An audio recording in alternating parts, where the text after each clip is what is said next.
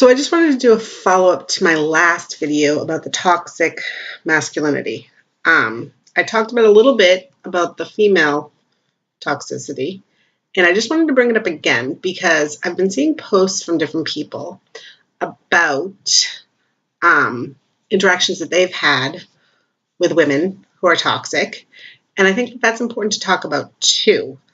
Someone was talking about how men are more likely to be violent, but statistics show that that's not actually true. Women are more apt to be violent. Men are just more apt to cause damage or more damage when violent. So if a wife hits her husband, it's like, okay, ow, stop. If a husband hits the wife, that's going to cause some damage for the most part. Obviously, people come in different sizes and shapes and what have you. But for the most part, that's how it works. But when I think of female toxicity, I feel like as bad as people think men are to women, women are so much worse to women. I mean, I became a mom almost 6 years ago.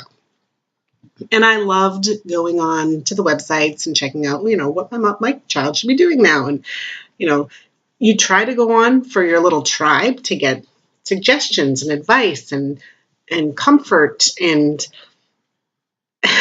anything positive. And it's disgusting how they just shred each other apart. It's like, if you're doing anything differently than I am, then you are a horrible mother who should never have had children and you should have them taken away immediately.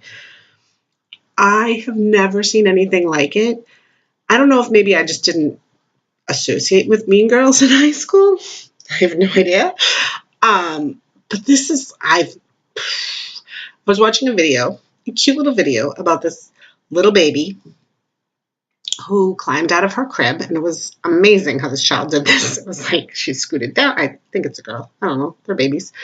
So she scooted down. She put her little legs out. She kicked the crib over. She climbed back in. She climbed over. She landed on the bed. The mother was recording it to show how this baby had learned to do this. And everyone was oohing and ahhing and thinking it was the most adorable little thing. And they were tagging each other and look at this. And your kid does this. And you did this when you were little. And parents were tagging each other. And it was great. It was camaraderie. Everyone was like, in exasperation about how much trouble their own children get into. But if that same little child had done this for the first time while the mother was in the shower and had gotten out and opened a door and ran outside without the parents having any idea that they could even get out of a crib, the world would be going insane. What kind of mother leaves their child alone and who they should be watching them 24 hours a day, 7 days a week, which obviously is not possible at all. It's just like I read an article one time. Oh, it was so sad. About this mom. There had been an accident and the child had been thrown from the car. And all the posts underneath the accident was about how, who doesn't buckle their kid into a car seat, and the mother should have all the other children taken away, and what is wrong with that mother, and I would never do that. Then I read an article from the actual mother who wrote a blog about it, and she said that her child, it was like a game. He loved to climb out of the car seat. And I know my kid liked to do that. One of my goddaughters liked to do that, and it's nerve-wracking. Like, you keep pulling over, and you keep putting them back together, and you keep pulling over, and every time you're pulling over, you're freaking out, going, what happens if something happens? And that's what happened with this woman. She was pulling over, and one of the 500 times that she had to pull over, and someone came and hit their car, and the kid went flying, and that was it. It was done. She was trying to do her best. She had done all kinds to lock the car seats and do the this and blah, blah, blah. And the kid was like a ninja. He could just get out of things. And it happens. There are kids that are like that. There are mothers who are commenting on the escaping baby from the crib, how their children are like that. It's very common for children to do that. But if anything happens to the child, then it's clearly the mother's fault for ignoring the child, for neglecting the child. And the reason why they do that is because it has to be neglect. It couldn't possibly be an accident, because if it were an accident, then it could happen to them. Then their little child that they know climbs out and does things could very easily be the next one who runs out into the street when they're in the shower. And psychologically, they can't handle that. They have to be better than the mother who lost their child, because otherwise they'll drive themselves crazy. And I get that. But that doesn't mean you have to shame the parent who freaking lost their baby. Seriously, the worst thing that could ever happen to a human being is losing your own child. And you're going to shame them because they do exactly what you do, but it ended up worse than when it happens to you. Women are horrible. They're just horrible to each other in these situations. And I don't, they name call, they will go on to, they will find the mother. The reason why that mother with the poor child who got in the car accident wrote the blog was because they found who she was and would make comments on her page about how she should have her children taken away. I mean, who does that? Why would you do that? This poor grieving mother did the best that she could with a rambunctious child, and this happened. And it's an accident. And this mother is grieving the loss of their little baby, and you're harassing her, telling her she's a horrible person. How does that help? Honestly, how does that help? Like, if you want to help, say, I understand, my kid does the same thing. I am so sorry to hear your loss. If anybody has any suggestions on how we can help make sure this doesn't happen again, then give me suggestions. Is there duct tape that can be used? Whatever. I mean, what in your brain makes you think that it's a good idea to torment a grieving mother because of an accident? Same thing, I've seen ones where like babies fall into the tub. Not that they were left in the tub, which again can happen. I've never done it, but I have one kid. I don't know what happened if I had 5. I have no idea. And then, well, they shouldn't have 5 kids. Oh, well, get over yourself. Most of the time it's fine. People have had 20 kids. It's fine. Anyway, I digress. I get very emotional about this because I know what it's like to be a mom. And I've been there when my kid has ran into the street and I had to scream, and thankfully everything was okay. And I've been there when my child first learned how to unlock a door at 18 months old, and I was in the basement and he ran out the back door and I had to run through the basement, up the stairs, through the kitchen, out to get to where he was in the driveway. And thank God he didn't go to the front yard where the big street was in the dark, because it wouldn't have had a happy ending. I didn't know he could unlock the door. I had no idea.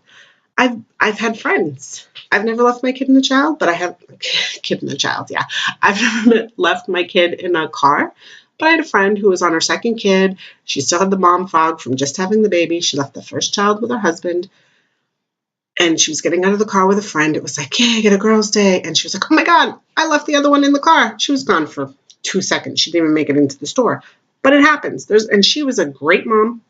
She stayed home with the kids most of the time. She was totally used to having them. It's not even the mom or dad who isn't the one who normally takes the kids to school. But if something happens that's an accident, they get crucified. Crucified for losing a child when they're already so anguished enough. I mean, I've only had my kid for almost 6 years, but I could not imagine what it would be like if he was gone. I couldn't. I have nightmares sometimes about it. And of course, the anxiety is what drives parents crazy, which is why we have to blame other people when things go wrong, but it does not help. And this is just the mom, toxic female persona. This isn't even the young girl who has to talk badly, but anybody who looks anything different than them. They're too fat, they're too thin, they're too tall, they're too short, their hair's too this, this is too that, their nose is too big, why do you care? Why do you care?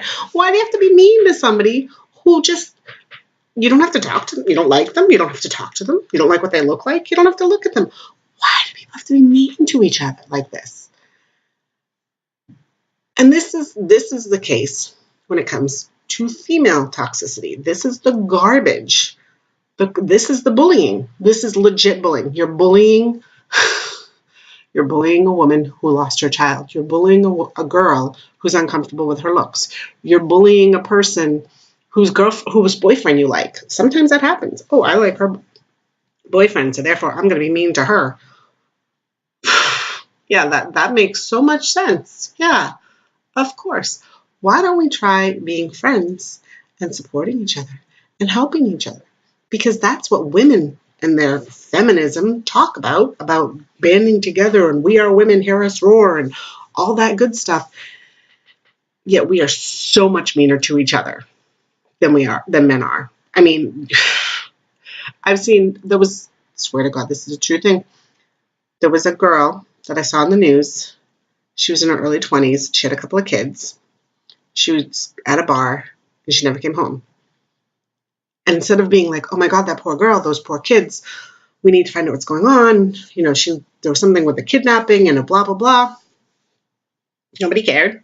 It was, who is she? Why is she going out when she's got kids at home? Why is she doing this? I don't know. I have a kid at home. I want to go out. Yeah, I'm in my 40s. I want to go out. Never mind if I was in my 20s. Nobody says, where's the dad? Nobody questions. I mean, clearly he skipped off. But that's the girl's fault too. Why is she with guys that are going to skip off? Last time I checked, that was the guy's choice, not her choice. I admit I'm an avid General Hospital watcher. I watch it quite often, and I read the message boards online. It amazes me how much they say things like, oh, she's so into her career. Why isn't she ever home? And it's like, are you kidding me? She has a husband who works too. Why are you not mad at him for having a job when he has kids? It's just the woman. And it's like, oh, well, it's just a show. It doesn't matter. Except for the fact that these women who are working on the show that you want to watch and love the characters so much and get upset with what they do are working mothers themselves who are leaving their children at home. And they're reading, why is she putting her career before her children and she should be home with her children and blah, blah, blah, blah. Okay, all the soap opera girls are going to quit. There you go. That'll make you happy. It just... But men can work. That's fine. Men can do whatever they want.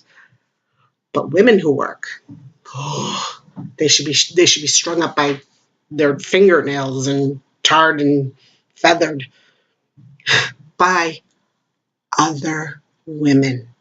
If you choose to stay home and raise your child, great, good, happy for you. If you choose to go get a job or a career or whatever, great, happy for you. If you are stuck working while you'd rather be home with your child, I get you. I'm with you. I totally feel bad that you're stuck in that situation, but hey, make the most of it. Like, we'll go out for a drink one time and no one will get mad because it's okay to go out for a drink every once in a while, even though you have kids. That's okay. Men do it. Why can't women do it? Not because other men say things, because women will say things. So next time women get on their bandwagon about male toxicity, I want them to take a listen to their own words and what they're saying. All right. If you like my stuff, please click like and subscribe and all that other stuff. There'll be more to come. Thank you.